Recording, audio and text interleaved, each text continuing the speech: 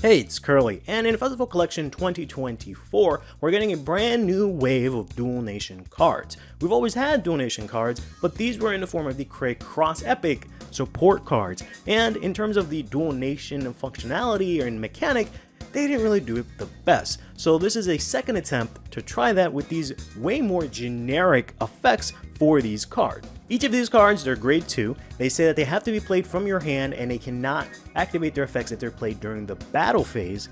Also, they say you get one effect for free from being played.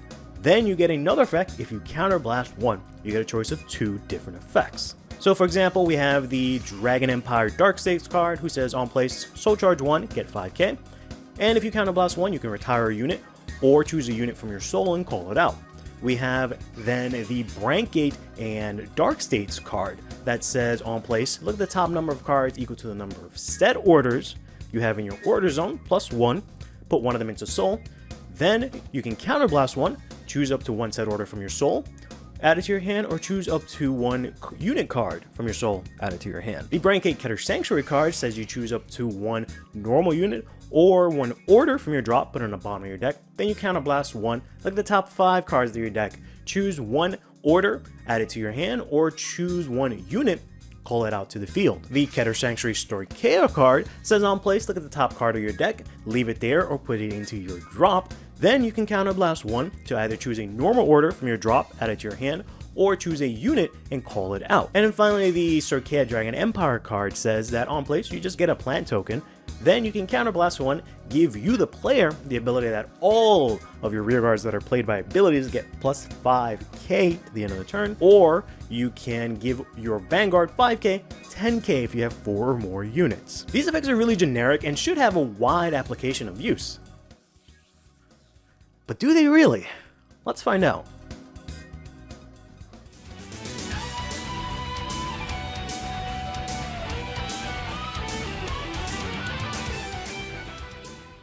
So here we are at my favorite place, tiermaker.com, where I go to make all of my discussion videos. So basically how this works is I have all of the cards, or all of the bosses, the decks, however you want to look at it, ride lines, from Dragon Empire here, and I'm trying to find out, at the bare minimum, does the effect of this Dual Nation card benefit it in any way?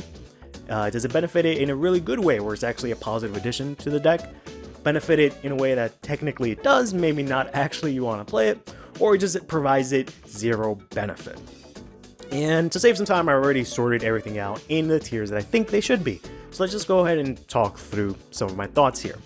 So in the bottom tier, we're talking here specifically for the Dragon Empire Dark States card. That again says, we'll have the effect down here somewhere, but it just says on place, Soul Charge 1, get 5k. Then also you can either retire a unit or you can call something out from your soul. So the majority of these cards don't really care here for any of those skills. These are not retire specific clans. Aside from Varga, it doesn't really benefit from retiring your opponent's units per se. Buff Saga can already do this on her own. Virginia doesn't really care too much about it, right? Androl doesn't really care about it. They also don't really have anything in Soul that they'd like to call out. None of these really put cards in Soul that are really worth calling out for the most part. You can argue maybe Shiranui, because you can use like the Kayachika to put something from drop into Soul and then call it out, perhaps. But in general, it doesn't really benefit it too much. Then here, and kind of benefit, it kind of, has some sort of plausible playability here. For example, Shoujo Doji here, he actually puts his own units into Soul, so you can actually pull them back out, so it's actually kind of plausible. Then we have ourselves here Triumph Dragon, who actually kind of focuses on retiring specifically, so it might actually see a place in this deck. And then Tamayura herself, while she doesn't focus on retiring, she does put basically all her units into Soul, so getting easy access to that wouldn't exactly hurt. Now, whether or not this is actually viable is a completely different story. More than likely, they won't be played in these decks. They could maybe see some play in these 2 decks here, in Gandiva and Eugene. So Eugene is kind of funny because it actually puts a bunch of cards into Soul, so you actually have a good wealth of cards to choose from to call from this effect, and also it benefits from the fact that it's a retire card. Eugene is a retired focused deck. Likewise, so does Gandiva. Gandiva has a bunch of cards that just say on place, counterblast 1, retire something, and this triggers its effect. So yeah, that might actually kind of work out. Whether or not it's actually a good idea is a completely different story. And if we go down here, we'll see the Dark States side of things. For the same sort of idea, we have them all ranked in specific tiers and seeing to look if it's even beneficial.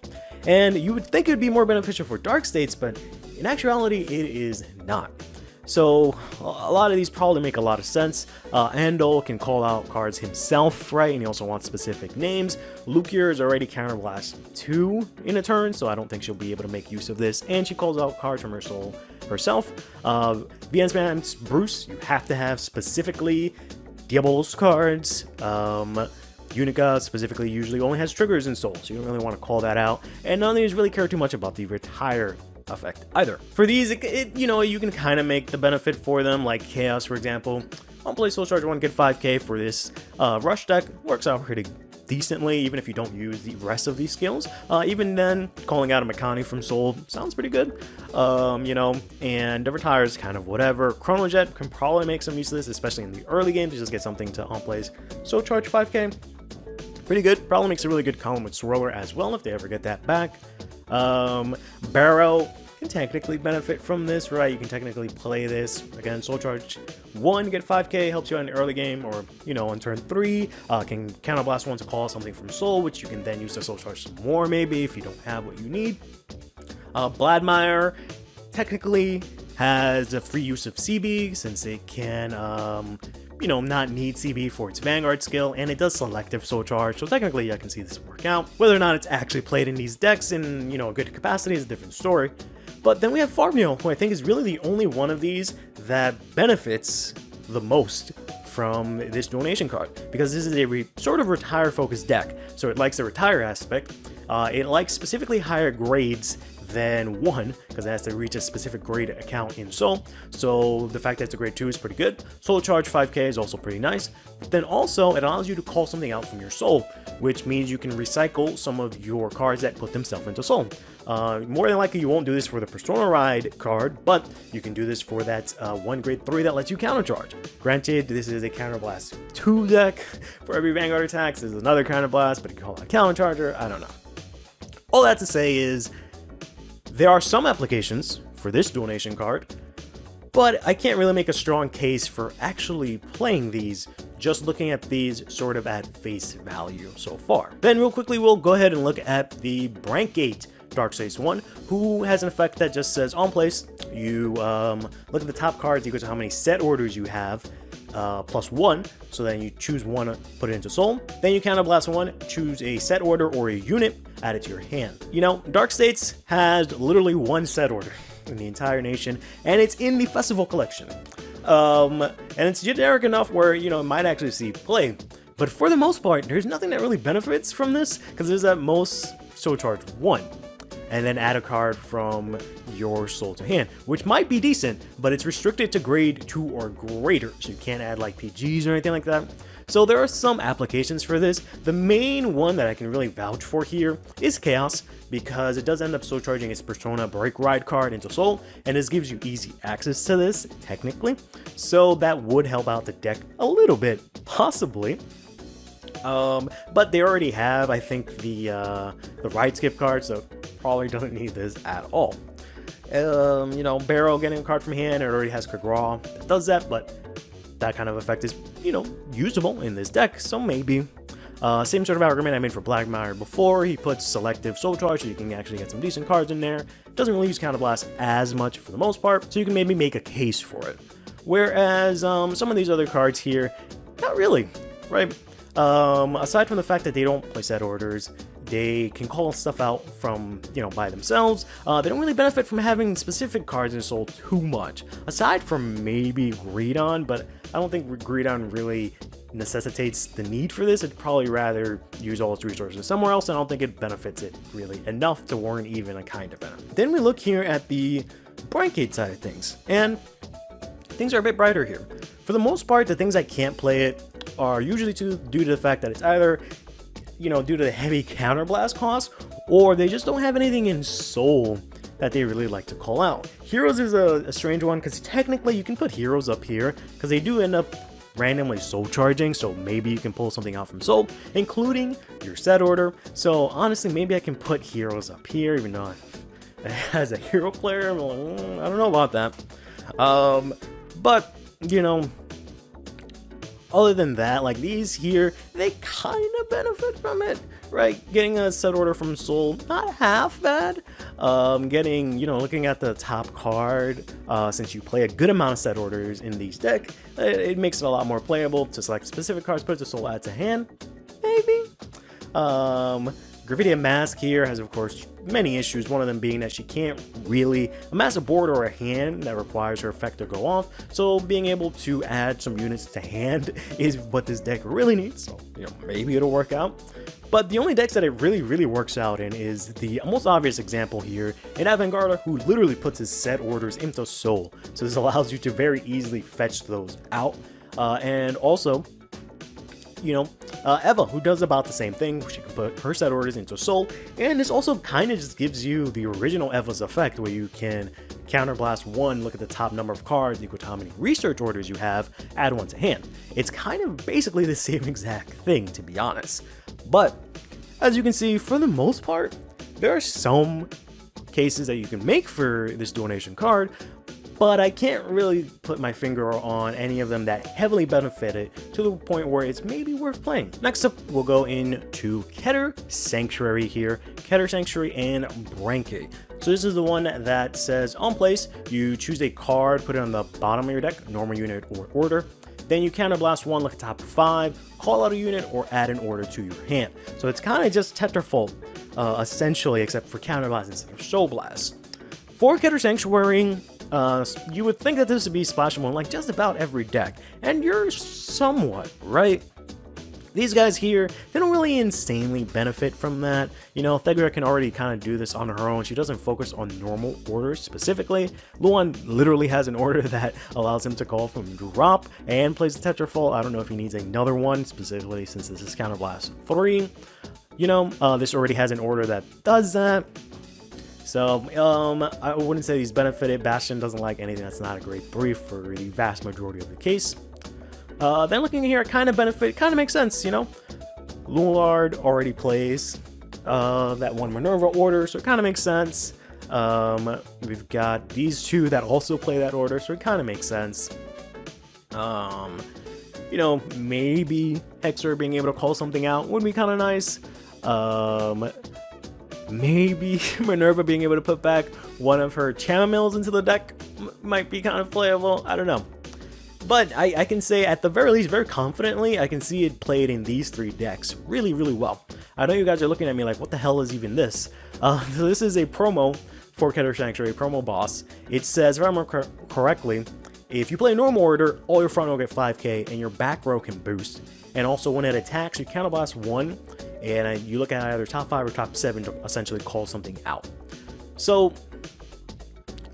this obviously can benefit from getting an order from top 5. Absolutely, no questions asked, right? This mainly focuses on order as the main game plan, so being able to get those as much as possible would be really good for this deck.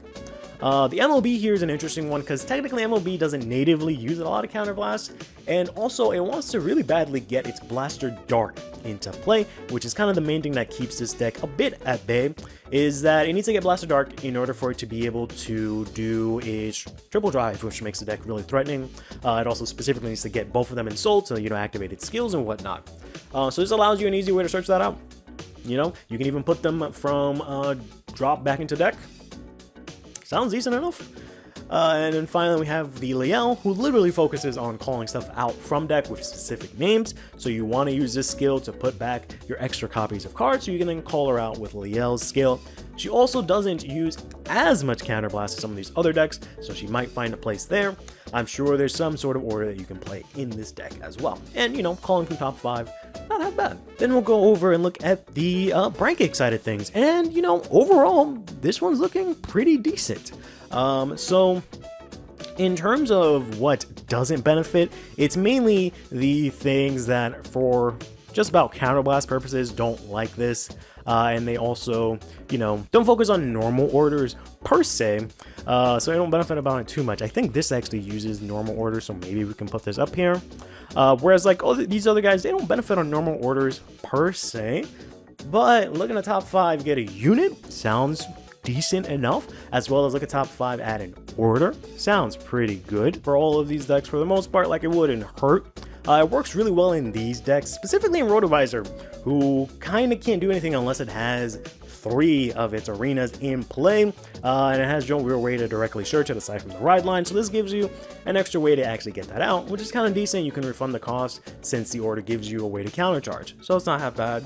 Eva, of course, would love this, both because it allows you to call something out, activate your Observate's abilities, and also just get an order as well. Works out really great. You can also put your Observates back into the deck so you can use their effect again. You can also, if you'd like, recycle your Rotovisor arena cards as well. Here, Vanguard is kind of the same case. Really wants to see its orders, can put them, or actually no, you can't put the arena because it's not a normal order.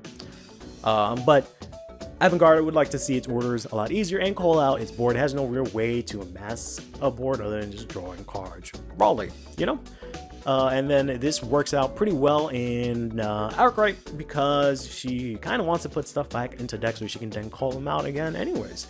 And getting access to her research order would be really nice for the deck as well. So this one I can actually make a pretty solid case for in general.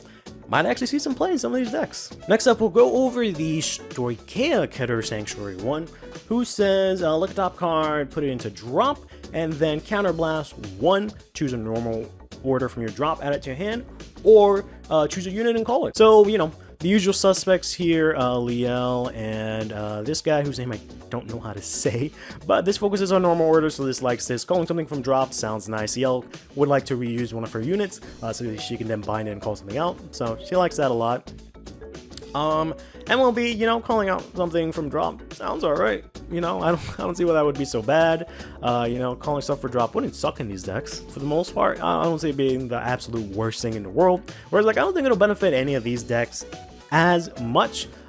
Sure, they can get a normal order from drop, but they don't really benefit from the discard. And then in terms of calling something out from drop specifically, these fellas already do that natively, and they don't really need another way to do it because these are all Vanguard effects. This is an order effect, but the deck doesn't really focus on that, so I can't make a strong case for these as much. Graham Grace is a weird one.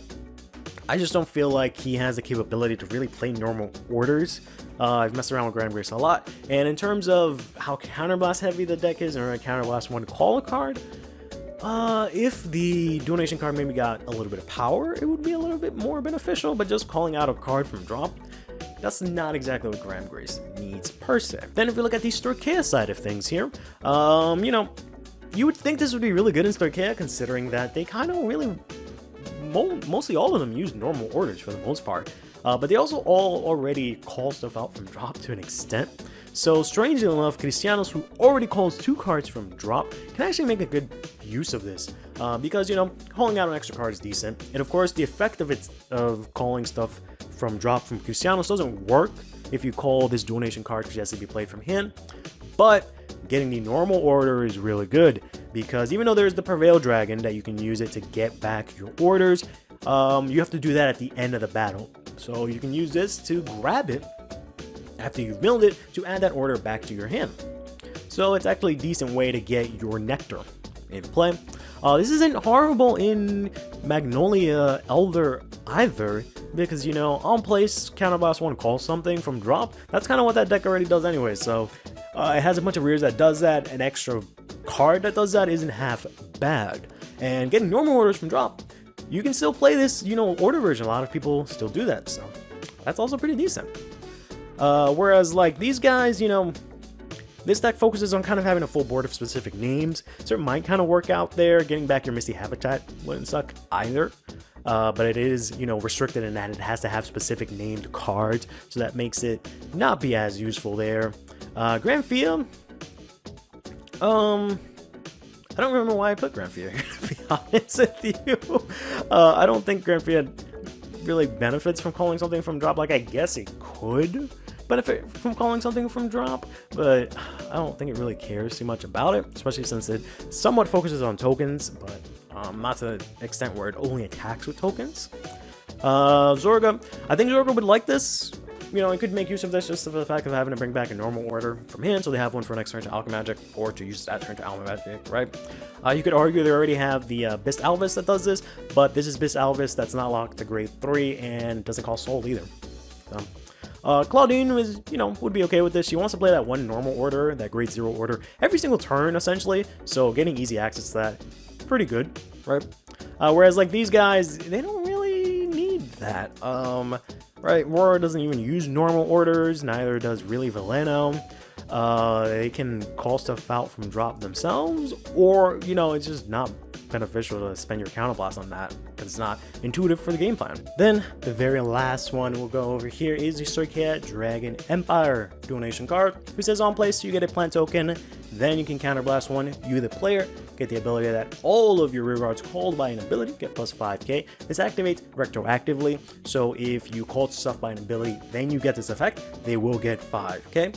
And then also finally it says you can give your Vanguard 5k, 10k if you have 4 or more units on board. So looking at the Dragon Empire side, this actually works out pretty nicely.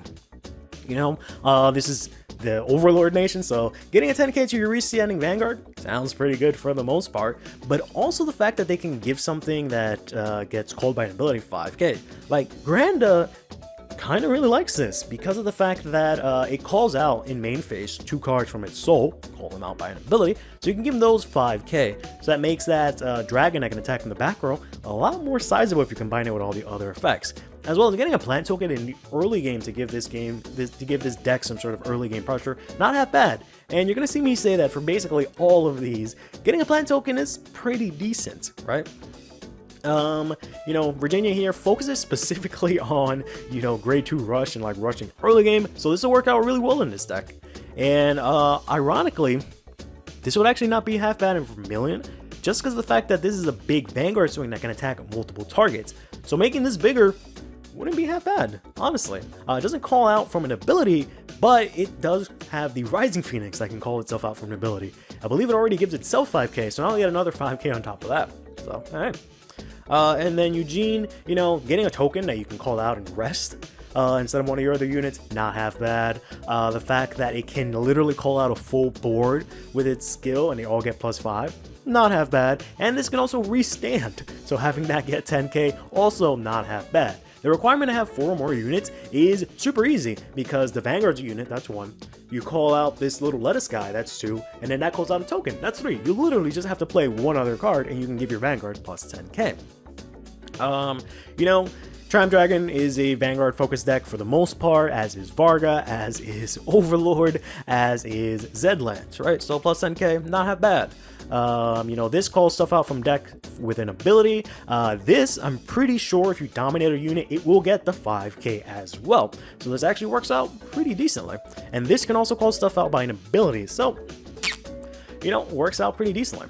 Whereas like these, it doesn't benefit as much. They're not really Vanguard focused attacks. I kind of want to make an argument for Jiva because you already give Jiva drive and 10k with Stravaarina. You can give it another 10k now. Which, I don't know, 33, 43k triple drive is kind of hard to beat. But we'll put these down here because they don't really care too much for it. They don't really call stuff by an ability. Social Doji only calls out 1 card. To just give that 1 card 5k for Counterblast 1 doesn't really seem worth it. Then finally, we have the last section here for Stoichia. You would think a lot of these Stoichia cards would like to call out a unit, but I will say right off the bat, this works super well in Claudine. I've tested this out myself, as well as in Aurora, because they already have another card in the nation that says, if you don't have a copy of this one card, if you have this card, all of your grade zeros get plus 5k. So you can just stack these effects like crazy, right? You can use this donation to get the tokens, which Claudine wants, right? You can also then use that to power up all the tokens that Claudine calls out. Claudine already powers up these tokens. You can play that grade 1 to power them up even more. Same kind of deal here with Aurora, right? Focuses on tokens, you can power them up. You can power up your Momoke to basically get like plus 15 without even eating stuff yet. So works really well in these decks, and it's like, I feel like these are only the few examples, if I haven't hinted at yet, or if you haven't caught that yet, that you'll actually see these Dual Nation cards in play in these decks. Magnolia Elder technically calls a lot of stuff out with abilities, so, you know, might be kind of viable getting some early game, maybe? Right? Cristianos calls stuff out from an ability. Getting early game also possibly won't hurt. It probably already has one, to be honest. Zorganadir calls stuff out from an ability. Flagberg is kind of a funny one because it's technically a Vanguard focus deck at the end because it has a triple guard restrict. So making that a bigger attack, I mean, that won't hurt, and I don't think the plant token would hurt this deck either. So this also is a restanding Vanguard deck, so I wouldn't mind this. Whereas like these guys here, it doesn't really benefit them as much, even though this is like focused around tokens. It's kind of whatever. It doesn't really call anything out by an ability, and the Vanguard swing is already pretty big as it is, so I don't think you really need to pump it up any bigger. It doesn't really make enough of a difference. Yeah, and that's about that. So in conclusion, what I'm trying to say is that these donation cards are great. They're definitely going in a better direction than we got from the original Craycross Epic cards, where you could only use maybe in like 1 or 2 cases the effect in the card that it wasn't intended for. And you know, it was really only used in that specific deck. Whereas like now it's a lot more open. You can technically use these cards in many different decks. Technically. Whether or not it's super viable, competitively usable, whatever the word you want to say, is a completely different question. So all that to say is when these come out and they're like $50 maybe in Japan or something like that, or the equivalent of it, don't freak out, because it might eventually be determined that they're not super useful. At least I'm not seeing it. But hey, we'll have to, I guess, wait and see. Those are just my thoughts on it. Let me know what you think in the comments down below. Until next time, take care of yourselves and each other. Play Vanguard and have yourselves a damn good one.